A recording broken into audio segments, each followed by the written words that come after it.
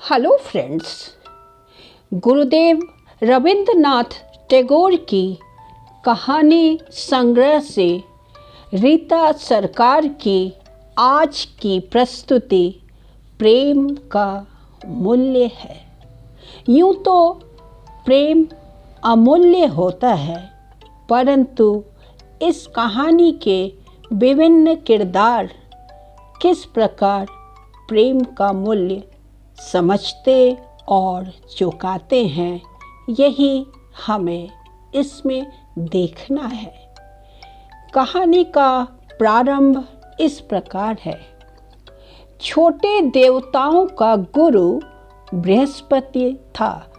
उसने अपने बेटे कच्छ को संसार में भेजा कि शंकराचार्य से अमर जीवन का रहस्य पता करे। कच्छ शिक्षा हासिल करके स्वर्ग लोक जाने के लिए तैयार था। उस समय वह अपने गुरु की पुत्री देवयानी से विदा लेने के लिए आया। कच्छ: देवयानी, मैं विदा लेने के लिए आया हूँ। तुम्हारे पिता के चरण कमलों में मेरी शिक्षा पूरी हो चुकी है। अब कृपा करके मुझे स्वर्गलोक जाने की आज्ञा दो। देवयानी: तुम्हारी इच्छा पूरी हुई। जीवन के अमरत्व का वह रहस्य तुम्हें पता चल चुका, जिसकी देवताओं को सबसे अधिक इच्छा रही है। किंतु तनिक विचार तो करो, क्या कोई और ऐसी वस्तु शेष नहीं जिसकी तुम इच्छा कर सको? कच्छ: कोई नहीं। देवयानी: बिल्कुल नहीं। जरा अपने हृदय को टटोलो और देखो, संभवतः कोई छोटी बड़ी इच्छा कहीं दबी पड़ी हो। कच्छ: मेरे उषाकालीन जीवन का सूर्य अब ठीक प्रकाश पर आ गया है। उसके प्रकाश से तारों का प्रकाश मंद पड़ चुका है। मुझे अब वह रहस्य मालूम हो गया है जो जीवन का अमरत्व है। देवयानी: तब तो पूरे संसार में तुमसे अधिक कोई भी व्यक्ति प्रसन्न न होगा। खेद है कि आज पहली बार मैं यह अनुभव कर रही हूँ कि एक अपरिचित देश में विश्राम करना तुम्हारे लिए कितना कष्टप्रद था, जबकि यह सच है कि उत्तम से उत्तम वस्तु जो हमारे मस्तिष्क में थी तुमको भेंट कर दी गई है। कच्छ: इसका जरा भी ख्याल मत करो और हर्ष सहित मुझे जाने की अनुमति दो। देवयानी: सुखी रहो मेरे अच्छे सखा। तुम्हें खुश होना चाहिए कि यह तुम्हारा स्वर्ग नहीं, इस मृत्यु लोक में जहाँ तृषा से कंठ में कांटे पड़ जाते हैं, हंसना और मुस्कुराना कोई ठिठोली नहीं है।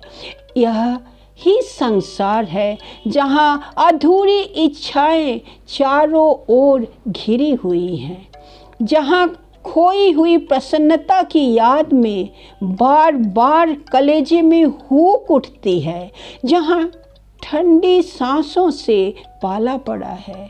तुम ही कहो, इस दुनिया में कोई क्या हंसेगा? कच्छ: देवयानी, बता, जल्दी बता, मुझसे क्या गलती हुई है? देवयानी: तुम्हारे लिए इस वन को छोड़ना बहुत सरल है। यह वही वन है जिसने इतने वर्षों तक तुम्हें अपनी छाया में रखा और तुम्हें लोरियां दे देकर थपकता रहा। तुम्हें एहसास नहीं होता कि आज हवा किस प्रकार विलाप कर रही है। देखो, वृक्ष की हिलती हुई छाया को देखो, उनके कोमल पल्लवों को निहारो। वे वायु में घूम नहीं रहे हैं, अपितु किसी खोई हुई आशा की भांति भटके भटके फिर रहे हैं। एक तुम हो कि तुम्हारे होठों पर हंसी खेल रही है, खुशी के साथ तुम विदा हो रहे हो। कच्छ, मैं इस वन को किसी प्रकार मातृभूमि से कम नहीं समझता, क्योंकि यहाँ ही मैं वास्तव में आरंभ से जन्म लिया हूँ। इसके प्रति मेरा प्यार कभी कम न होगा। देवयानी, वह देखो सामने बरगद का पेड़ है, जिसने दिन के घोर ताप में, जबकि तुमने पशुओं को हरियाली में चरने के लिए छोड़ दिया था, तुम पर प्रेम की छाया की थी। कच्छ, ए वन के स्वामी, मैं तुम्हें प्रणाम करता हूँ। जब और विद्यार्थी यहाँ शिक्षा प्राप्ति हेतु आए और शहद की मक्खियों की भनभनाहट तथा पत्तों की सरसराहट के साथ साथ तेरी छाया में बैठकर अपना पाठ दोहराएं, तो मुझे याद रखना। देवयानी, और जरा वनमती का भी तो ध्यान करो, जिसके साफ और तीव्र प्रहार का जल प्रेम संगीत की तरह लहर के समान है। कच्छ, ओह, उसको बिल्कुल नहीं भूल सकता, उसकी याद सदा बनी रहेगी। वनमती मेरी गरीबी की साथी है। वह एक तल्लीन युवती की भांति होठों पर मुस्कान लिए अपने सीधे सीधे गीत गुनगुनाते हुए निस्वार्थ सेवा करती है। देवयानी, किंतु प्रिय सखा, तुम्हें स्मरण करना चाहती हूँ कि तुम्हारा और भी कोई साथी था, जिसने बेहद प्रयत्न किया कि तुम इस निर्धनता के दुख से भरे जीवन के प्रभाव से प्रभावित न हो। यह दूसरी बात है कि यह प्रयत्न बेकार हुआ। कच्छ, उसकी याद तो जीवन का एक अंग बन चुकी है। देवयानी, मुझे वे दिन याद है जब तुम पहली बार यहाँ आए थे। उस समय तुम्हारी आयु किशोर अवस्था से कुछ ही अधिक थी।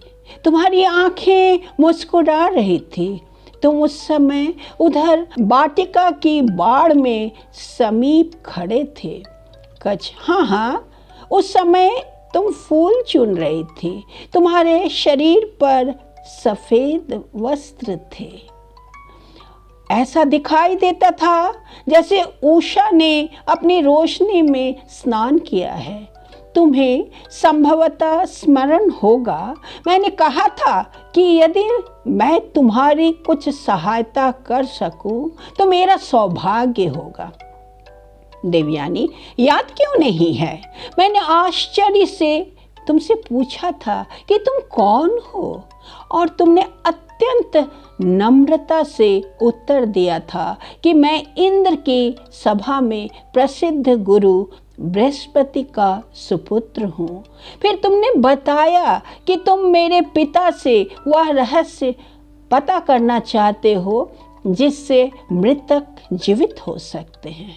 कच्छ, मुझे संदेह था कि संभव है तुम्हारे पिता मुझे अपने शिष्य रूप में स्वीकार न करें। देवयानी, किंतु जब मैंने तुम्हारी स्वीकृति के लिए समर्थन किया तो इस विनती को अस्वीकार न कर सके। उनको अपनी पुत्री से इतना अधिक प्यार है कि वह उसकी बात टाल नहीं सकते।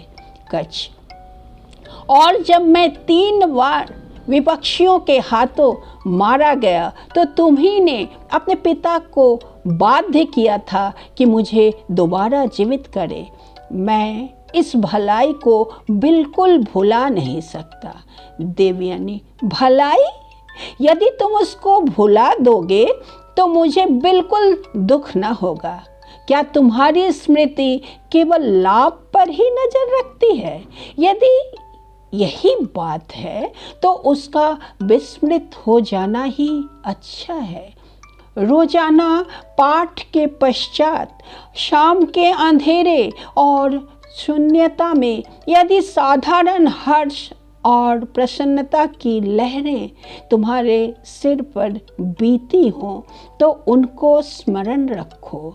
उपकार को स्मरण रखने से क्या लाभ? यदि कभी तुम्हारे पास से कोई गुजरा हो जिसके गीत का एक चुभता हुआ टुकड़ा तुम्हारे पाठ में उलझ गया हो, या जिसके हवा में लहराते हुए आंचल ने तुम्हारे ध्यान को पाठ से हटाकर अपनी ओर आकर्षित कर लिया हो, अपने छुट्टी के समय में कभी उसको अवश्य स्मरण कर लेना, परंतु केवल यही और कुछ नहीं। सौंदर्य और प्रेम का याद न आना ही उचित है। कच्छ बहुत सी वस्तुएं हैं जो शब्दों द्वारा प्रकट नहीं की जा सकती। देवयानी, हाँ, मैं जानती हूँ। मेरे प्रेम से तुम्हारे हृदय का एक एक अणु छिद्र हो चुका है, और यही कारण है कि मैं बिना संकोच के इस सच को प्रकट कर रही हूँ कि तुम्हारी सुरक्षा और कम बोलना मुझे पसंद नहीं। तुम्हें मुझसे अलग होना अच्छा नहीं। आराम करो। ख्याति ही खुशी का साधन नहीं है। अब तुम मुझको छोड़कर नहीं जा सकते। तुम्हारा रहस्य मुझ पर खुल चुका है। आगे दोनों के वार्तालाप किस करवट बैठते हैं देखिए। कच्छ, नहीं देवयानी, नहीं, ऐसा ना कहो। देवयानी, क्या कहा? नहीं, मुझसे क्यों मिथ्या बोलते हो? प्रेम की नज़र छिपी नहीं रहती। रोजाना तुम्हारे सिर के तनिक से हिलने से, तुम्हारे हाथों के कंपन से तुम्हारा हृदय तुम्हारी इच्छा मुझ पर प्रकट करता है। जिस प्रकार सागर अपनी तरंगों द्वारा काम करता है, उसी प्रकार तुम्हारे हृदय ने तुम्हारी भाव भंगिमा द्वारा मुझ तक संदेश पहुंचाया है। अचानक मेरी आवाज़ सुनकर तुम तिलमिला उठते थे। क्या तुम समझते हो कि मुझे तुम्हारी उस हालात का एहसास नहीं हुआ? मैं तुमको भली भांति जानती हूँ, इसलिए अब तुम हमेशा मेरे हो। तुम्हारे देवताओं का राजा भी इस संबंध को नहीं तोड़ सकता। कच्छ, किंतु देवयानी, तुम ही कहो, क्या इतने साल अपने घर और घर वालों से अलग रहकर मैंने इसलिए मेहनत की थी? देवयानी, क्यों नहीं? क्या तुम समझते हो कि संसार में शिक्षा का मूल्य है और प्रेम का मूल्य नहीं? समय नष्ट मत करो, साहस से काम लो और यह प्रतिज्ञा करो, शक्ति, शिक्षा और ख्याति की प्राप्ति के लिए मनुष्य तपस्या और इंद्रियों का दमन करता है। एक स्त्री के सामने इन सब की कोई कीमत नहीं। कच्छ, तुम जानती हो कि मैंने सच्चे हृदय से देवताओं से प्रतिज्ञा की थी कि मैं जीवन के अमरत्व का रहस्य प्राप्त करके आपकी सेवा में मौजूद हो जाऊंगा। देवयानी, परंतु क्या तुम कह सकते हो कि आंखों ने पुस्तकों के अतिरिक्त और किसी वस्तु पर नजर नहीं डाली?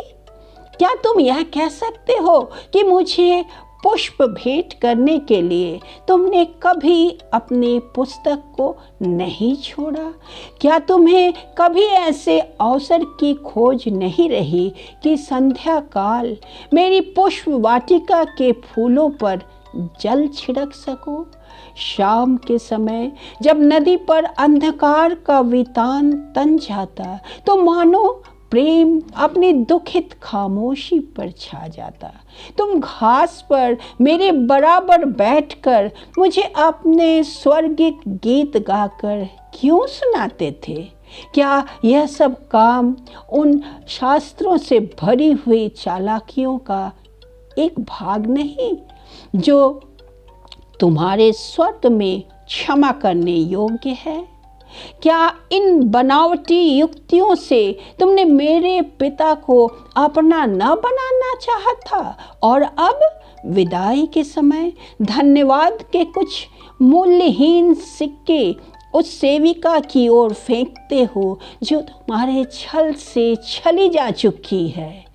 कच घमंडी औरत, वास्तविकता को प्रतीत करने से क्या लाभ?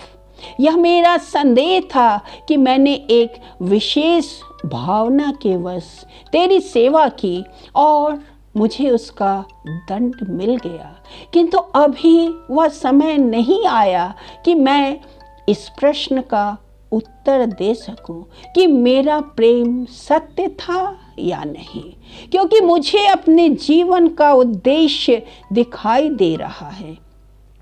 अब चाहे तुम्हारे हृदय से आग की चिंगारियां निकल निकल कर संपूर्ण वायुमंडल को आच्छादित कर ले, मैं अच्छी तरह से जानता हूँ कि स्वर्ग अब मेरे लिए स्वर्ग नहीं रहा। देवताओं की सेवा में यह रहस्य तंतु ही पहुँचाना मेरा कर्तव्य है, जिसको मैंने कठिन परिश्रम के पश्चात प्राप्त किया है। इससे पहले मुझे व्यक्तिगत प्रसन्नता की प्राप्ति का ध्यान तनिक भी नहीं था। माफ कर देवयानी, माफ कर। मैं सच्चे हृदय से क्षमा का इच्छुक हूँ। इस बात को सच जान कि तुझे आघात पहुँचाकर मैंने अपनी मुसीबतों को दुगुना कर लिया है। देवयानी, माफ़ी? तुमने मेरे नारी हृदय को पाषाण की तरह कठोर कर दिया है। वह ज्वालामुखी की भांति क्रोध से भभक रहा है। तुम अपने काम पर वापस जा सकते हो, किंतु मेरे लिए शेष क्या रहा?